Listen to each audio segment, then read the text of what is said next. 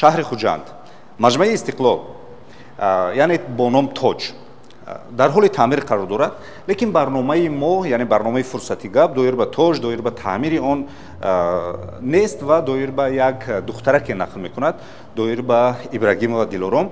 Ибрагимова Дилором ба COVID-19 мубтало мешавад ва ба яке аз бемориҳои бисёр ҳам шадид гирифтор мегардад, тромбози сунъӣ.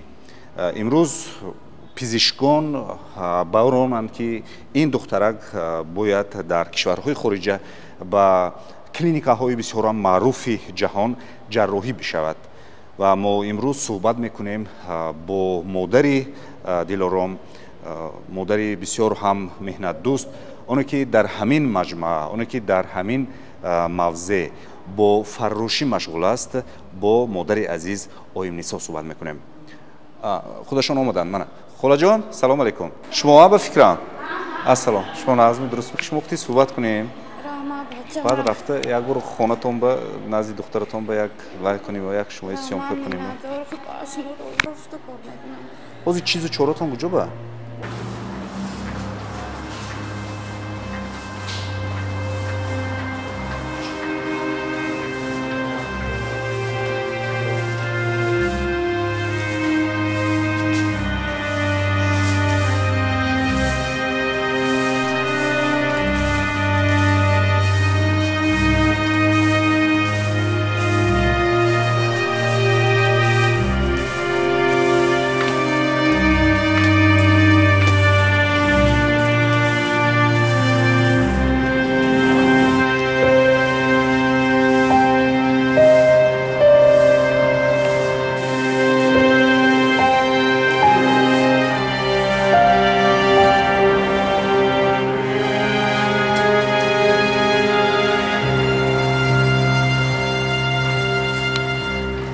як вақт ман омодаги будам баъд аз вай ҳамин бисёр шикастаги ҳамаи студентҳо шикастан ремонт мекардагӣ.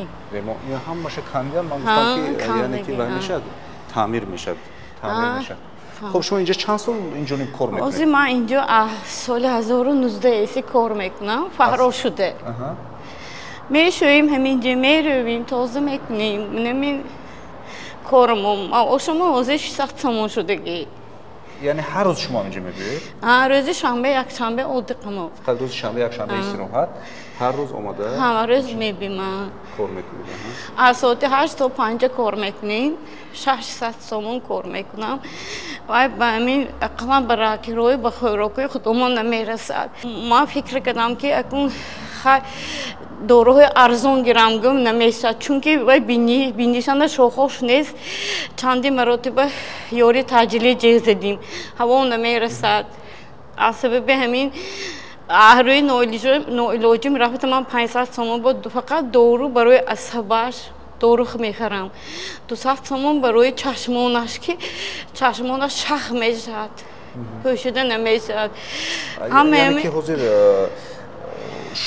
از این میبراید که شما هم با همون کووید-19 گرفتار شدید همون وقت من یا که دخترم یعنی همون اهل اویلا هم گرفتار شدن یا که تنها دختر نه فقط دخترم گرفتار شد کی گفت که دختر شما دیلارام با کووید-19 گرفتار است تاب کرد نه یگان دخترها گفتند که همین ما یک هفته کرانتین با معالجه کردیم بعد یک هفته دخترها ما جواب دادن ما دور شد که هم مجاش ورم کرد من سونی ازیگر دکتری وی جیغ زدم انی کلینیکی شخص انی وی موی جیغ زدم و اومده گفتن که پافتورنی موی وای به انفکسیونی موی وای کردن направление دادن جو بنی میگه وای گفتن که کووید تازه شدگی ما اینو دیگه نمیگیریم گفتن دیگر دخترها ما گرفتیم مراجعت کردیم که علاقه هم جای دختران توسیدگی بیایید دیگه میکنیم ما نزد دخترتون میرویم مالش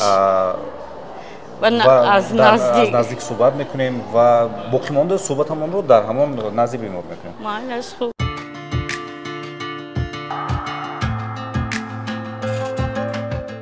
دوستان عزیز حالا ما با مادر عزیز با مادری بیمار دیلارام ابراهیمова با خانه‌شان رفته ایستادیم و مفصلات صحبت ما در دوام همین راه و در خانه خواهد بود. خب خولا جان،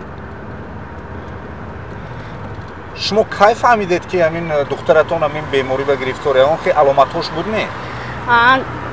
در همین وقتی که ما 3-4 روز به خانمو اینو معالجه کردیم، روز از روز دخترم بی‌قوت شد، تب کرد، بعد ابکه‌هاش نفس کشی‌هاش قیین‌تر شد. باز ما دکتری اویلوی رو مراجعت کردیم، اونها اومده به ما توصیه دادن که اگر این رو به بیمارخانه بردن لازم است. گفتن ما بعد به بیمارخانه ولایتی ما 1 هفته با اونجا معالجه گرفت.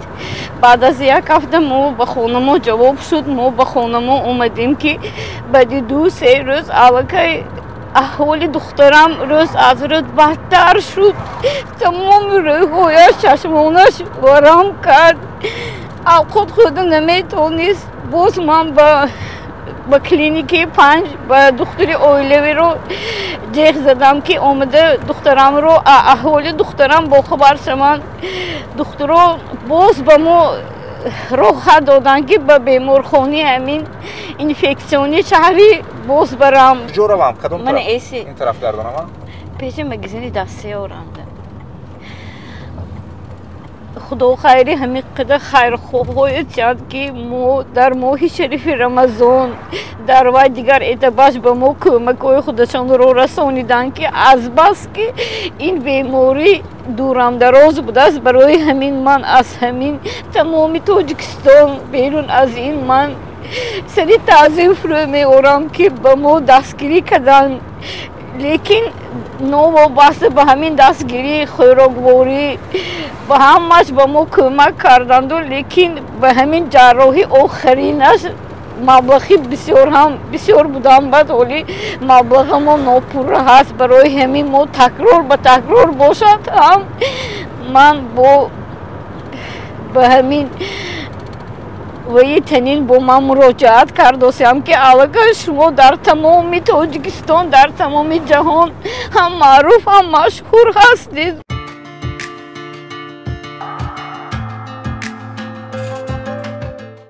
شما چند فرزند دارید هستش؟ 4 فرزند دارم. 4 فرزند دارید؟ اینو چندمشون؟ دیگه دیگرش هم پسر دختر چند؟ یک پسر دارم، 3 دختر. این دیلارم کی خانه دار شده بودن؟ 2007. 2007. باز یک فرزند دارم گفتید؟ یک دختر دارم.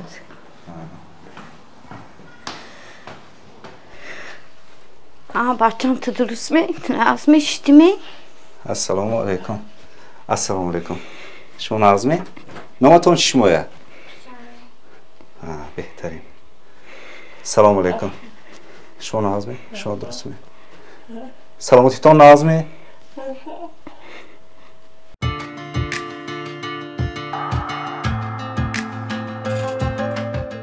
دوستان عزیز، ما در خانه علیم و نیسو قرار داریم. شما که تفسیرات صحبتی ما رو میدونید، ما دایر به دخترشون ابراهیم و دیلارم صحبت میکنیم. ابراهیم و دیلارم که زمان به یک دختر خیلی زیبا بود و امروز پس از گرفتار به بیماری کووید 19 به دیگر بیماری ها مبتلا شده است.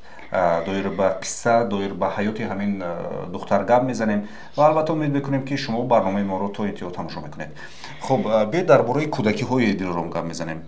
چگونه بود؟ چگونه خصلت ها داشت؟ دخترم خصلت های خوب داشت. با مثال همسنفانش مثال مناسبتی خوب می داشت. مثال به همه خانما باشد هم کارهای خانه را بسیار خوب اجرا میکرد. دختری خودکار بود. باز چی گویم، به هم اگر دستیاری دراز میکرد تا میتونست وقتی که کلان شد به هم دستیاری دراز میکرد. من این رو از خوردی دختری من 3 ساله از پدر مون، از بس که پدرش با با وای صدمه وای گرفت نقلیاتی وفات کردن سال 2093 تو همین 93 سال 1993 تو همین چوق ما فرزندم رو هم مهری پدری هم مهری مادری دادم رو به بوی رسوندم 2000 اویله دار شد صاحب یک دختر داشت بسیار نامشون رو چی گفتن؟ رخشانه خان. رخشانه خان. تا حال اویلهشون پوبرجا تا حال اویلهشون زندگی میکنن؟ تا حال این صاحب اویله هست از بس که این کووید 19 در تمام جهان این و بوی این بالا اومد که در اویله ما هم این به سر ما این مشکل این مصیبت اومد که بگفتن این آسان نیست که من 2 سال 2021 ایسی با چندین جا مراجعت کردم که به ما دستگیری کنن به ما کمک خودشان رو دریغ ندارن چندین مراتب ما رو دستگیری کردن در اتب یکمش ما این رو به جمهوری ازبکستان بوده جراحی کردیم حاضر بیاید مادر از اون صحبت میکنیم که بعد از اون که به کرونا گرفتار شدند و امروز پزشکان چی میگویند یعنی امروز چه خیلی بیماری دارند یعنی کدام نمود بیماری به مبتلا شدند این حاضر از سبب عصبهایش ناآرام چشمانش مثال حاضر این دختری من به بیرون برآمده خودش باوی خودش گشته نمیتواند هم به خنکی داشت نمیتواند هم به گرمی داشت یعنی چی داشت نمیدید چشمانش تمام قوایش قوت و قدرتش هم یعنی پوستی بدن همه جاش در میکند مثال ما یک هفته و یک بار به دکتران رفته توصیه گفته نمو در کار همون رفته اومدن معما میشه خب دکتران یعنی پزشکان جراحی چون که گفتید به خارج توصیه کردند کی توصیه کرد و کدام کشور رو پیشنهاد کردند که اونجا برای خوبتر میشه به ازبکستان یعنی گفتن که به کشور ازبکستان برده باید جراحی کنید از بس که در ازبکستان ترقی کردگی بسیار مثل همین وایهاش بسیار کلان هست هم کلینیکای شخصی هاش در تمام کشورها اونها خواندامدگی میدونن پس از اونه که گفتن با ازبکستان یا که دیگر کشوری دنیا باید جراحی کنیم چقدر مبلغ خرج می شود برای همین جراحی و این چند جراحی رو باید گذارونن اثر از سبب که با ما چندین مراتب همین وقتی که همین در همین خجان هم علی جان و اکتام جان هستن حاضر کار و فعالیت میبرن جراحی یکم رو این آدم ما جراحی کرده بودن با 2 نفر دکترای خیرورگی همین خجان و اون شخص به من چندین مراتب توصیه کردن که این اعتبارش بسیار هم مثلا من میگم که همین جراحی کنم دخترم درست میشه نه این گپ خطا بوده است من یک ماه میشه به پیش همون نازلی همون دکتر رفتم و یا به من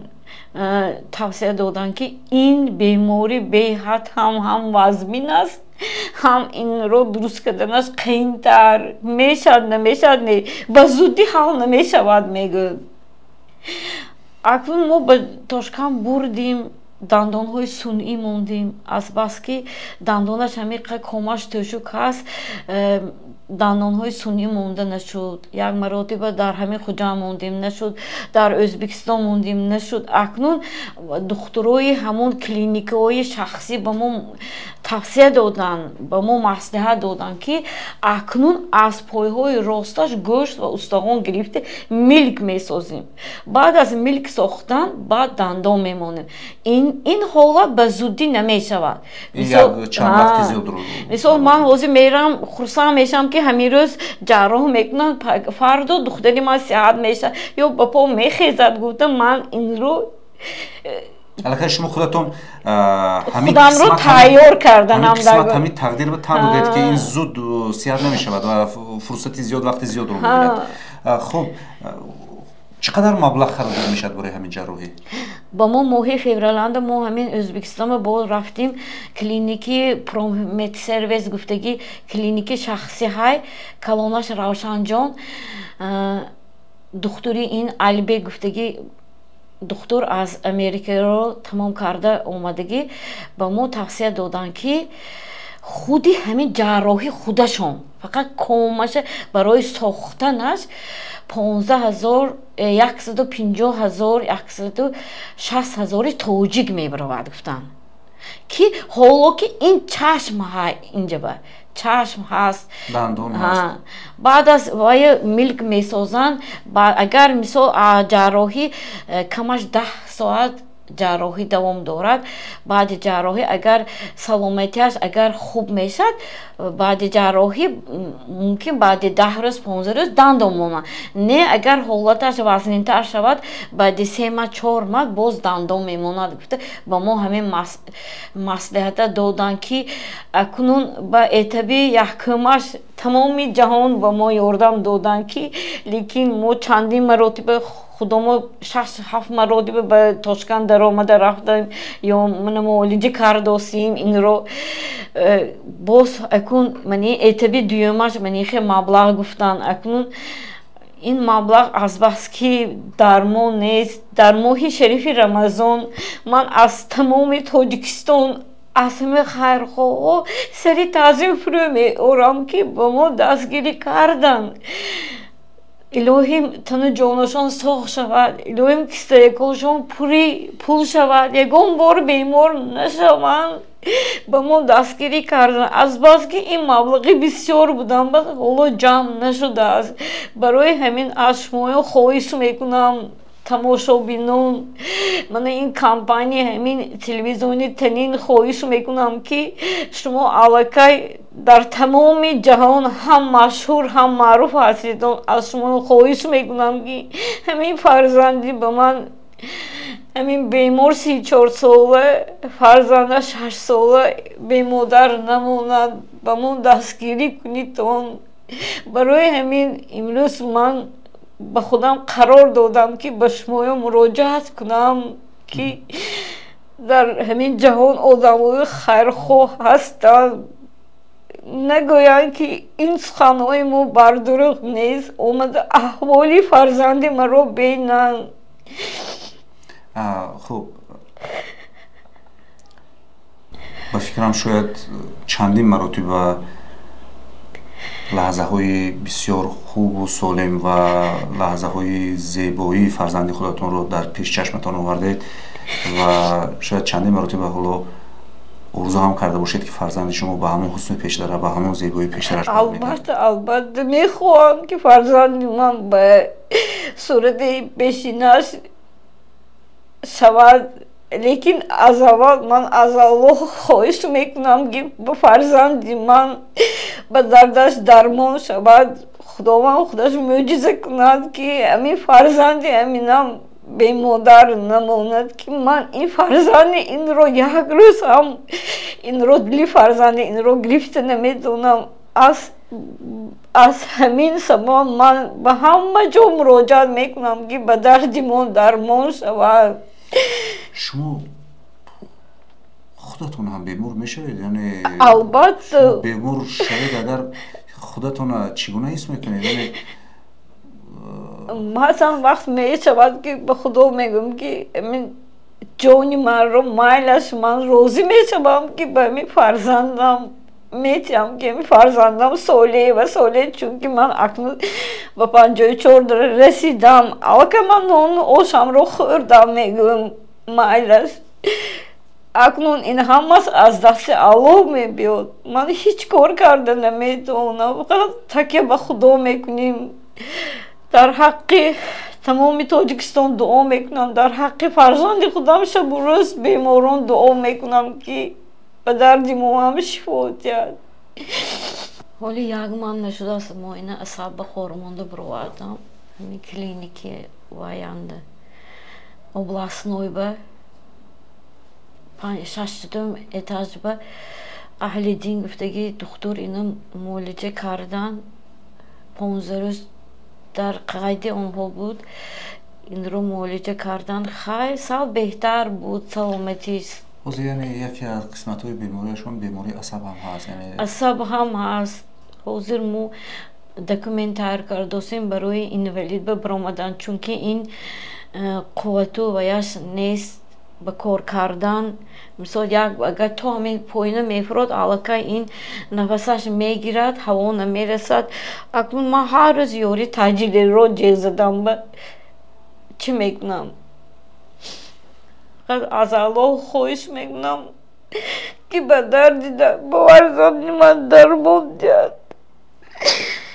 نبیرتون آیندهش چگونه دیدن میخواهید؟ کدام کسب خیالاتون که خواند؟ کدام کسب گیرد به فکرتون؟ من خواهش میکنم از الله که الهی عمرش دراز شود. الهی من میخواهم که همین فرزند نبیره من و همین وی طبی داخل شده، دانشگاه طبی داخل شده دکتر شود و به تمامی همین من با این بیماران، فرزند من با این بیماران نگاه کرده طبابت کند، مادری خودش رو طبابت کند. من از الله همین رو امید چارم، همین که الهی یکمش که عمرش دراز باشد. یوسف چند میخوند؟ حاضر اینا 6 ساله با 6 سال اکنون 6 ساله 6 ساله شدن. یعنی ذهنی خوب هم دارد. ها فقط گریه میکنند. چندین مراتب ما رو یک دخترک بود که ما رو در نوار گرفته اینترنت رو میپرتفتن. حالا اون شخص در اینجا حضور ندارن، با وی فعالیتی کاری به خارجه رفتگی. حتی نبیری من در همین سیامکه ها فقط خودش تنها میشید، گریه میکرد، نماز میخوند، فقط از الله طلب میکرد که خدا جان مادرم رو خدا شفات که مادرم صحت شود، معجزه کن. گفته گریه کرد. شخصانی که این اینترنتی این نوارهای ما اینترنت ها می دیدن در این مورد شب و روز می گفتن که کنی وای دختره که از الله طلب میکرد من وای دختر رو بینم که وای امروز در حق مادرش دعا میکنن، گریه میکنن. من علاقه فکر میکنم که این دخترک هم این نبیره هم نبیری من هم علاقه از دنیا باخبر شد، از درد و رنج. وقتی که ما به تاشکا میریم نبیرم رو مونده میریم، گریه میکند که همین دفعه شما درست شده میبیدم مادر. من فقط خدا طلب میکنم که خدا با شما رو معجزه کند. در اول هایی که فرزندم بیمار بود این هراس میکشید نبیرم، با مادرش رفتم به هراس میکشید. حاضر این خیر در دلش این خیر وایها رو نمیگیرد. مادرش رو بسیار بسیار هم دوست می‌دارد، گریه میکند. در از همین تمام همین خلق این دعا میکند. یه شعر میدونید می؟ کنی یه شعر خوندتی چی موبا؟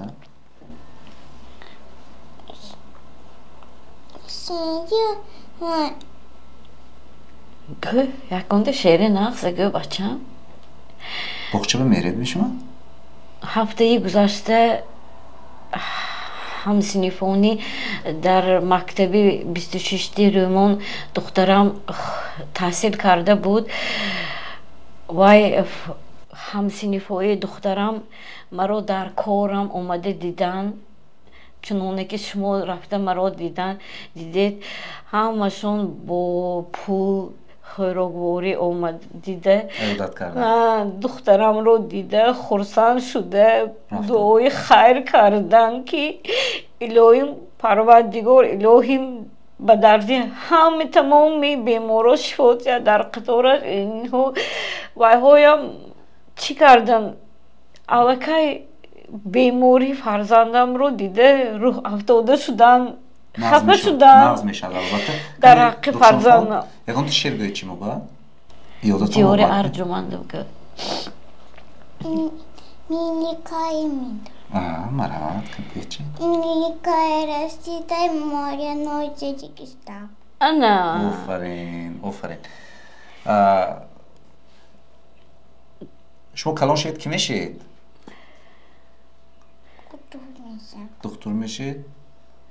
ایتون نگاه میکنید میسانی؟ لیچینی میکنید نه؟ بهترین کنین یک مرتبه ما همون حجتای بینیم ها؟ کنین روشون خون آفرین رحمت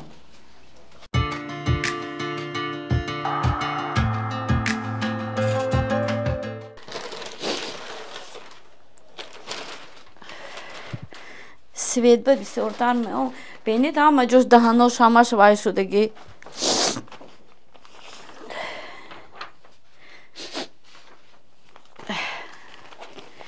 منین چقدر سانتیمتر دندان هایش رو کمش رو کندگی همین سانتیمترش این سانتیمتر های جراحی کردگی دندان هایش رو ملیکای بالاش رو کندگی این انیوه همو توشکن برفتگی همو جراحی کردیم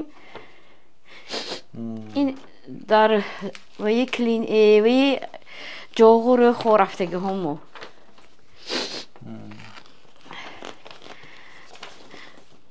با همین امرته اینه جراحی کردگی بدن همین ولایتی و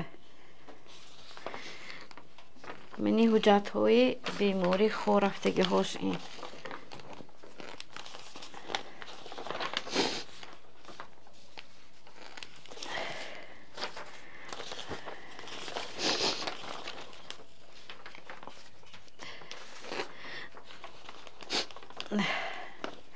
تا حدو همین اعلاننامه ها رو نوشته من به هر یک همین مگزین ها در همین صلبه ها در همه جا من 200 دانه چاپ کرده به همه جا تقسیم کردم حتی به همین ماشین های آدمایی که در همین نماز میستن در همون جا موندم که اصلا کس یک کس دیده به من کار خیر کنن ما رو دستگیری کنن بوده به همین بیماری دخترم 2 سال می شود که من به یگان کسی نیست که به یگان جای نیست که مراجعت نکردم اکنون اگر باور کنید خودم بیپا شدم اکنون نوابسته به بیماریم باشد اگر با من به همین به استیل کار میکنم که اقلا از هرچی گفته کمک شود گفته لیکن این مبلغ خو برای جراحی و برای وی دخترم نمیشه من صورت پیشتری دخترم رو بینید دخترم خیلی بود بسیاری آدم ها میگویند که دوستای عزیز تماشبینان ارجمند دلارم زمان من خیلی یک حسن بسیار زیبا داشتند و یک حسن دلربا داشتند و امروز حالا با بیماری پس از آن که با بیماری ترومبوز سونی گرفتار شدند حالا همین گونه حال دارند و ما البته امید میکنیم که پس از جراحی پس از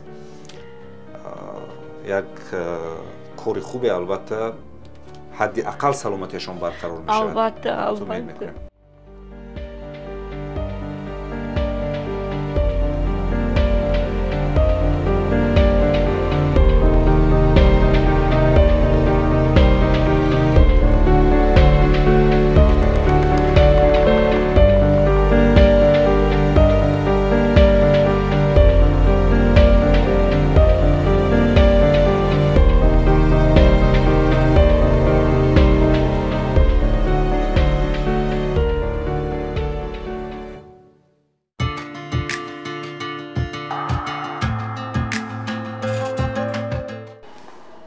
دوستان عزیز تماشابینان ارجمند در همین جا برنامه ما به انجام میرسد حالا من از این کرسی به کمک یگان کس از جایم برخستم و پیام جنبستی برنامه رو به شما میگویم لیکن امروز ابراهیم و دلارام مادر او برای ما نیاز دارند به کمک ما نیاز دارند میخواهند که برایشان کمک بکنیم میخواهند که از دستشون بگیریم و از جایشون برخیزونیم.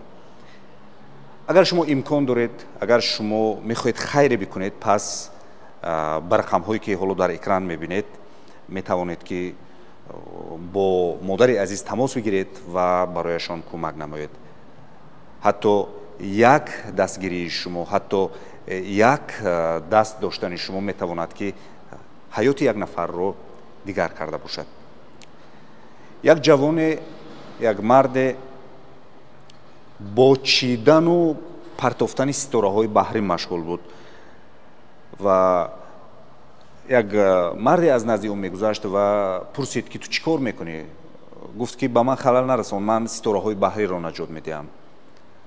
آن مرد دید که میلیون ها ستاره‌های بحری در لب بحر خواب رفتند.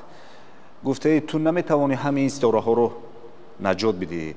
آن جوان یک ستاره بحری را بگرفت، جانب بحر یعنی جانب اقیانوس حوال داد و گفت من انا اون ستاره بحری را نجات دادم. یعنی دوستان عزیز، حتی میده ترین کمک شما، میده ترین دستگیری شما میتواند که حیات یک نفر را تغییر بدهد، عوض کند. باقی سربلند و پیروز بمانید. خیر.